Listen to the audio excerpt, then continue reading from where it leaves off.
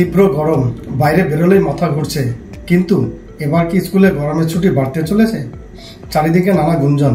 কেউ বলেছে ছুটি বাড়বে, তো কেউ বলছে ছুটি না বাড়িয়ে মর্নিং করা হোক। সরকার কি সত্যি কোনো সিদ্ধান্ত নিচ্ছে, নাকি এটা নিছক গুঞ্জন? যদি সত্যি বাড়ে, তাহলে পরীক্ষার সময় কি হবে? অভিভাবকরা কি বলছেন? ছাত্রদের জন্য এটা আশীর্বাদ নাকি বিপদ? তো বন্ধুরা, এইসব বিষয় নিয়ে আজকের আলোচনা। নমস্কার, আমি বিনয়। আমার ছোট্ট ইউটিউব চ্যানেল ইনফো সেন্টারে সবাইকে স্বাগত। গরমে কি ফের টানা ছুটি পড়বে? ভয়ে কাটা শিক্ষকেরা। চৈত্রের তীব্র দহনে ফের স্কুলগুলিতে নির্দিষ্ট সময়ের অনেক আগেই গরমের ছুটি পড়ে যাওয়ার আশঙ্কা করছেন শিক্ষক মহলে। গরম পড়ার পরে গত কয়েক বছর ধরে রীতি মেনে এবছরে হয়তো মুখ্যমন্ত্রী ছুটি ঘোষণা করে দিতে পারেন। তবে অনেকে মত পোষণ করেছেন যে ছুটি ঘোষণা না করে মর্নিং স্কুল করা হোক। তবে গরমের ছুটি নিয়ে অনেকে ভিন্ন মত পোষণ করেছেন। প্রশ্ন, গ্রীষ্মপ্রধান রাজ্যে কিভাবে মাত্র 11 দিনে গরমের ছুটি দেয় শিক্ষা দপ্তর? তবে খাতায় কলমে আগাম গরমের ছুটি নিয়ে কোনো সরকারি সিদ্ধান্ত হয়নি বলে জানাচ্ছেন শিক্ষা দপ্তরের এক কর্মকর্তা।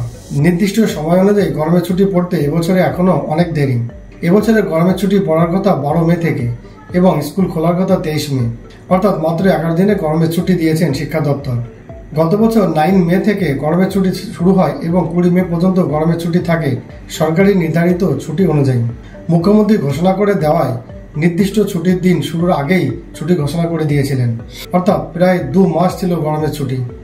শিক্ষকদের মতে 10 দিন গরমের ছুটি বাড়িয়ে প্রায় 2 মাস করে দেওয়ায় পড়ুয়াদের সারা বছরের পাঠ্যক্রম অনেকটাই কঠিন হয়ে পড়ে। Collegium of assistant headmasters and assistant হেডমিস্ট্রেসের সম্পাদক সৌদীপ্ত দাস বলেন, গত কয়েক বছর ধরেই এটা চলছে।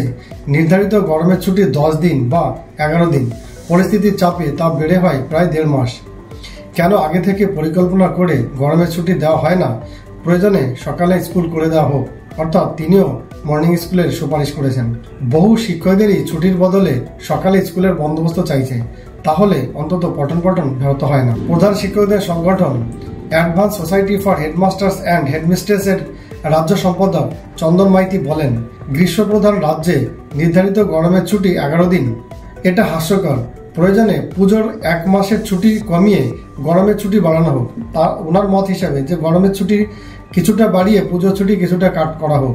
তিনি বলতে চাইছেন লক্ষ্মী পুজো থেকে কালী পুজো, এই যে পিরিয়ড, এই পিরিয়ডটাতে তিনি চাইছেন এই পিরিয়ডে স্কুল হোক এবং ওই ছুটিটা কেটে এখানে গরমের ছুটিতে অ্যাড করা হোক। শিক্ষকের একাংশ জানাচ্ছেন, গত কয়েক বছর ধরে দেখা যাচ্ছে দীর্ঘ 1.5 মাস গরমের ছুটি থাকার পরে যখন স্কুল খুলছে তখন পড়ুয়ারা আগে যা শিখিয়েছিল তা ভুলে গেছে। অল্প শিক্ষিত পরিবার বা প্রথম প্রজন্মের পড়ুয়ারা স্কুল নির্ভর পড়াশোনা করে, ছুটি ছড়াছড়িতে তা পিছিয়ে যায়। এবং অনেকেও বলছেন টানা এই ছুটিটার দরকার নেই, কারণ টানা গরম থাকে না। কখনো কখনো মাঝে মাঝে দেখা দেয় এই তীব্র গরমের মাঝে বৃষ্টি হচ্ছে, মেঘলা হচ্ছে, অর্থাৎ এই টানা গরমটা পুরোপুরি থাকছে না। এবং এই টানা গরমের ছুটি দেওয়ার কারণে অনেক মিড ডে মিলও বন্ধ হয়ে যায়, তাতে অনেক পড়ুয়ার সমস্যা হয়। বন্ধুরা, পশ্চিমবঙ্গের তাপমাত্রা দিনের পর দিন বাড়ছে, অনেক জেলায় 40 ডিগ্রির কাছাকাছি পৌঁছে গেছে। সরকার কি বিষয়টি নিয়ে ভাবনা চিন্তা করছে, নাকি শুধু গুঞ্জন? কিন্তু অফিসিয়াল ঘোষণা কিছু আসেনি এখনো। তাহলে এটা কি শুধু গুঞ্জন ধরে নেওয়া হবে, নাকি সত্যি বড় ঘোষণা আসতে চলেছে?